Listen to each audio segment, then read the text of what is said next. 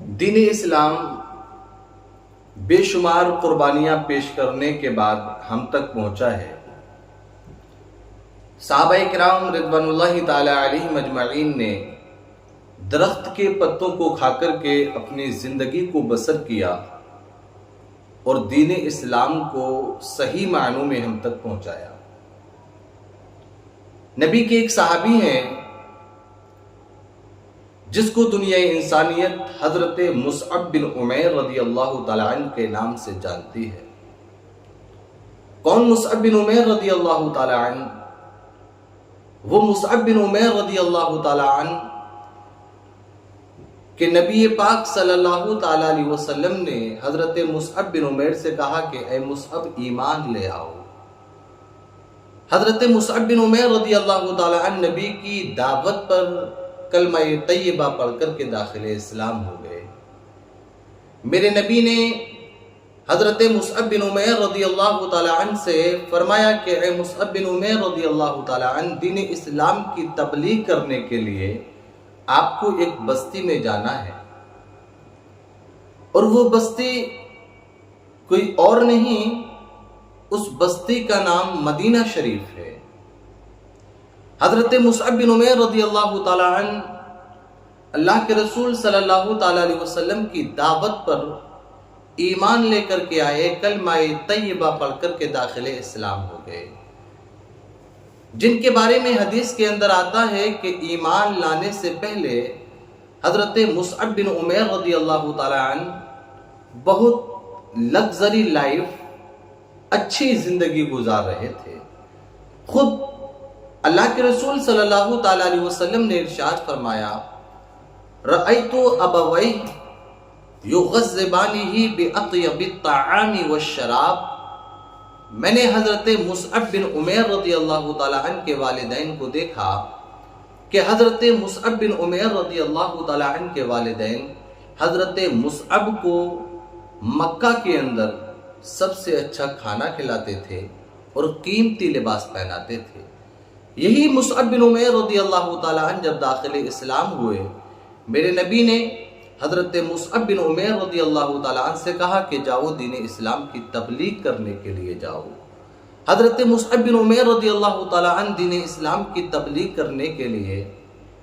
ایک گاؤں میں جاتے ہیں جس گاؤں کو مدینہ شریف کہا جاتا ہے۔ حضرت مصعب بن عمیر رضی اللہ تعالیٰ عنہ جب وہاں پر دین اسلام کی تبلیغ کرنے کے لیے پہنچے تو آج ہم لوگ کہتے ہیں کہ یار ماحول خراب ہے، میں کہتا ہوں کہ اس وقت سے زیادہ ماحول خراب نہیں ہوگا کہ جب حضرت مصعب بن عمیر رضی اللہ تعالیٰ عنہ تنہا دین اسلام کی تبلیغ کرنے کے لیے مدینہ شریف میں کفار کے بیچ میں پہنچے، اور جب آپ وہاں پر پہنچے تو ایک قبیلہ ایک کنویں پر بیٹھ کر کے شراب پی رہا تھا۔ حضرت مصعب بن عمیر رضی اللہ تعالیٰ عنہ نے ان سے جا کر کے کہا کہ اے لوگو، اللہ ایک ہے، نبی کا کلمہ پڑھو، نبی پر ایمان لے کر کے آؤ، وہ نبی آخر الزماں ہیں، ان کا کلمہ پڑھ کر کے داخل اسلام ہو جاؤ، ان کی رسالت کو مانو، وہ سچے نبی ہیں، وہ جھوٹ نہیں بولتے ہیں، وہ سچ بول رہے ہیں، وہ نبی ہیں، آپ لوگ ایمان لے کر کے آؤ ان کے اوپر۔ صحابہ کرام رضوان اللہ تعالیٰ علیہم اجمعین کی تاریخ کو آپ اپنی نظروں کے سامنے رکھیں۔ حضرت مصعب بن عمیر رضی اللہ تعالیٰ عنہ وہاں کفر کے بیچ میں دین اسلام کی تبلیغ کر رہے ہیں، تنہا حضرت مصعب بن عمیر رضی اللہ تعالیٰ عنہ ہیں، اور کہہ رہے ہیں کہ اے لوگو، اللہ ایک ہے، نبی آخر الزماں ہیں، ان کا کلمہ پڑھو، کلمہ پڑھ کر کے داخل اسلام ہو جاؤ۔ قبیلے کے سردار نے ایک اپنے غلام کو ایک برچھی لے کر کے، تلوار لے کر کے بھیجا کہ جاؤ، یہ کون آیا ہوا ہے جو ہم لوگوں کو ہمارے دین سے ہٹا کر کے کسی نئے دین میں داخل کرنا چاہتا ہے، جاؤ اور جا کر کے اس کی گردن کو اتار کر کے لے آؤ۔ قبیلے کے سردار نے جس غلام کو بھیجا، وہ غلام حضرت مصعب بن عمیر رضی اللہ تعالیٰ عنہ کی بارگاہ میں آتا ہے اور آ کر کے کہا کہ اے مصعب بن عمیر رضی اللہ تعالیٰ عنہ، آپ ہم لوگوں کو